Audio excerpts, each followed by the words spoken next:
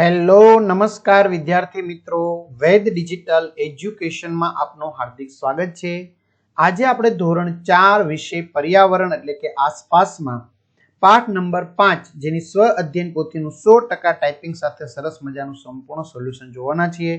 તો ખાસ વિદ્યાર્થી મિત્રો, ચેનલમાં નવા હોય તો ચેનલ સબસ્ક્રાઇબ કરો, બાજુમાં બેલ આઇકન પ્રેસ કરો જેથી તમને અવનવા વિડીયોની માહિતી નોટિફિકેશન મળી શકે। વિડીયો લાઈક કરો, તમારા મિત્રો દોસ્તોને શેર કરો।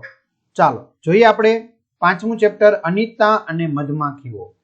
તો મધપૂડાના ચિત્રમાં ખાના વધારી મધપૂડો મોટો કરો। તો વિદ્યાર્થી મિત્રો, તમારે આવી રીતે શું કરવાનું છે? જો આમ ડ્રોઈંગ કરી ખાના વધારવાના છે, બરાબર? આવી રીતે સરસ મજાના ખાના તમારે વધારવાના છે। પછી એમાં તમારે મધમાખીઓ છે એ શું કરવાની છે? દોરી દેવાની છે। ખ્યાલ આવે છે? આ રીતે તમારે કરવાનું। આગળ વધીએ। અનિતા ભારતના બિહાર રાજ્યમાં રહે છે, તમે ગુજરાતમાં રહો છો, તો તમારા અને અનિતાના રાજ્યમાં મનપસંદ રંગ પૂરો। તો વિદ્યાર્થી મિત્રો, અહીંયા ગુજરાત રાજ્ય છે એમાં તમારે મનપસંદ રંગ પૂરવાનો છે। આ બિહાર રાજ્ય છે એમાં પણ તમારે મનપસંદ રંગ પૂરવાનો છે, બરાબર? તો આપણે જોઈએ વિદ્યાર્થી મિત્રો આમની અંદર આગળ વધીએ હજી। તો સાચો વિકલ્પ પસંદ કરી લખો। નીચેનામાંથી કયા ધોરણ સુધીના બાળકોને શાળામાં મફત શિક્ષણ માટે મળે છે? બાલ વાટિકાથી ધોરણ 8। નીચેનામાંથી કયું જીવજંતુ મધ બનાવે છે? મધમાખી। મધમાખી મધ શેમાં એક્ટિવ કરે છે? મધપૂડામાં। નીચેનામાંથી કોને ગૃહ ઉદ્યોગ ન કહી શકાય? મકાન બનાવવું। નીચેનામાંથી કયું વિધાન ખોટું છે? મધ ખાંડની ચાસણીમાંથી બને છે। મધમાખીઓ કયા મહિના મીંડા મૂકે છે? October December. નીચેનામાંથી કઈ વિગત ખોટી છે? નર મધમાખી મધ તૈયાર કરે છે। નીચેનામાંથી કોણ સમૂહમાં રહેતું નથી? કરોળિયો। નીચેનામાંથી મધનો ઉપયોગ ક્યાં થાય છે? આપેલા ઉધરસ થઈ હોય પંચામૃતમાં આઈસ્ક્રીમ પર સ્વાદ માટે।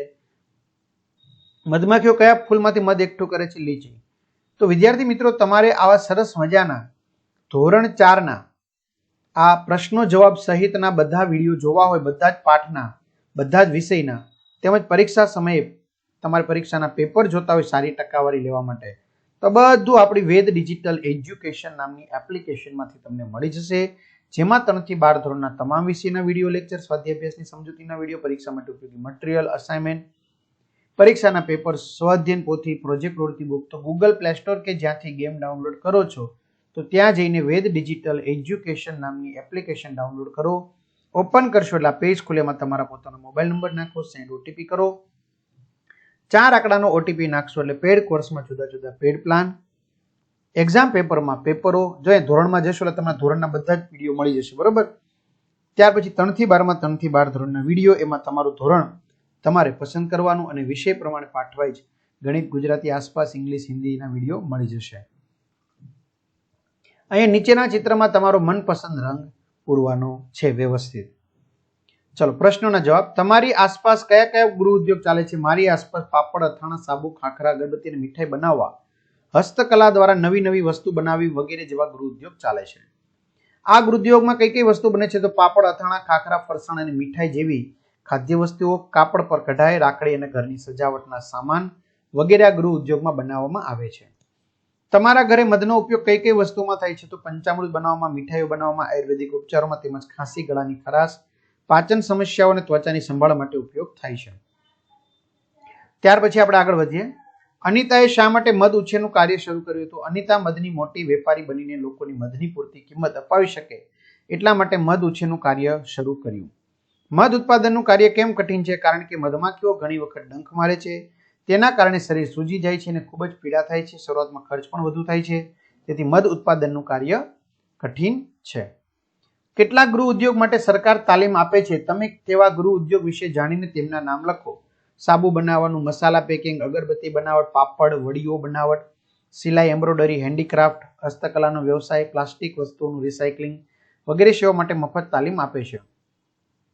મધ જેવી બીજી અન્ય વન્ય પેદાશો કઈ કઈ છે? ગુંદર, લાખ, બોર, ત્રિફળા, રાળ, મશરૂમ, ખાખરાના પાન વગેરે જેવી અન્ય વન પેદાશો જોવા મળે છે। પ્રોજેક્ટ કાર્ય। તમારી આસપાસમાં ગૃહ ઉદ્યોગ દ્વારા રોજગારી મેળવતા કોઈ એક વ્યક્તિની મુલાકાત લો અને માહિતી લખો। તેમનું નામ? શ્રીમતી આરતીબેન પટેલ। તેઓ કયો ગૃહ ઉદ્યોગ કરે? પાપડ બનાવવાનો ઉદ્યોગ। તે કરવા માટે કાચો માલ ક્યાંથી લાવે? તાલુકાની બજારમાંથી। તૈયાર કરેલ માલ વસ્તુ ક્યાં વેચે? નજીકની દુકાનોમાં, લોકલ મેળાઓમાં અને કેટલાક ઓર્ડર વોટ્સએપ મારફતે પ્રાપ્ત કરે। તેમના કામમાં કોણ મદદ કરે? તેમના પતિ અને મોટી દીકરી બંને સહાય કરે। ગૃહ ઉદ્યોગની પ્રવૃત્તિ માટે તેમને રોજનો કેટલો સમય વપરાય છે? 6 થી 7 કલાક. હાલમાં ઘરે બેઠા સારી આવક થવા લાગી છે અને ઘર ખર્ચ સરળતાથી ચાલે છે. જો આ ગૃહ ઉદ્યોગની પ્રવૃત્તિ દ્વારા તેમનું જીવન નિર્વાહ કેવી રીતે ચાલે છે? તો હા, હાલમાં ઘરે બેઠા સારી આવક થવા લાગી છે અને ઘર ખર્ચ સરળતાથી ચાલે છે. તેમના ગૃહ ઉદ્યોગથી બનતી વસ્તુ ઉત્પાદનથી સૌથી વધુ માંગ ક્યારે રહે છે? તહેવારોના સમય અને લગ્ન સંબંધિત ઋતુઓમાં. શું તેઓ પોતાના ગૃહ ઉદ્યોગ ચલાવવા માટે કોઈ યાંત્રિક સાધનનો ઉપયોગ કરે છે? કયા કયા? હા, પાપડ બનાવવા મશીન, પાપડ સુકવવા માટે પ્લાસ્ટિક શીટ્સ અને ક્યારેક મિક્સરનો ઉપયોગ કરે છે. જોડકા જોણો રાણી માખી તો ઈંડા મૂકે છે. કામદાર માખી મધ એકઠું કરે છે. નર કીડી સમૂહમાં ઓછી હોય છે. કામદાર કીડી દર બનાવે છે. સિપાહી કીડી રક્ષા કરે છે. ચાલો, નીચે કેટલીક વિગતો આપેલી છે જે વડીલો કે અન્ય પાસેથી શીખી તેવી બાબતો સામે ખરાની નિશાની કરો. ભરત ગુંથણ રોજગારી આપી શકે? હા. લીપણ કરવું રોજગારી આપી શકે? ના. મહેંદી કામ કરો રોજગારી આપી શકે? હા. ટાયર પંક્ચર કરો રોજગારી આપી શકે? હા. સુથાર કામ? હા. Light fitting? હા. નળ ફિટિંગ? હા. ડોક્ટર બનવું રોજગારી આપી શકે? રોજગારી ન આપી શકે. ગાયો ભેંસો દોવી? હા. કડિયા કામ કરવું? હા. મધ એકત્ર કરવું? હા. કમ્પ્યુટર ચલાવવું? હા. દેશી ઘંટી અનાજ દળવું? હા. રસોઈ બનાવી? હા. તો આ રીતે વિદ્યાર્થી મિત્રો સરસ મજાનું સોલ્યુશન અહીં પૂર્ણ થયું. તો તમારા મિત્રો દોસ્તોને જાણ કરો. ચેનલમાં નવા ચેનલ સબસ્ક્રાઇબ કરો, વિડીયો લાઇક કરો, કમેન્ટ ચોક્કસ કરો.